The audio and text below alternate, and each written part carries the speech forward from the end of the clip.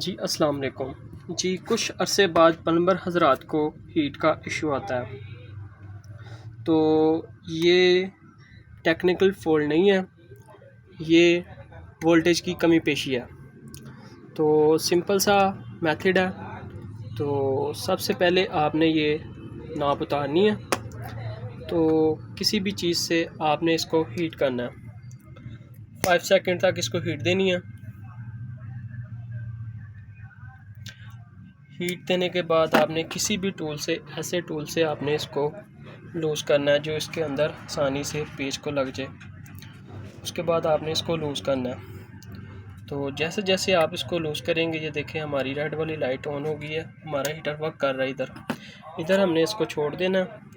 Simple सा method है, आप दोबारा समझ लें। मज़ीद कुछ फॉल्ट आता है तो आप इस दिए हुए नंबर पे रब्ता कर लें।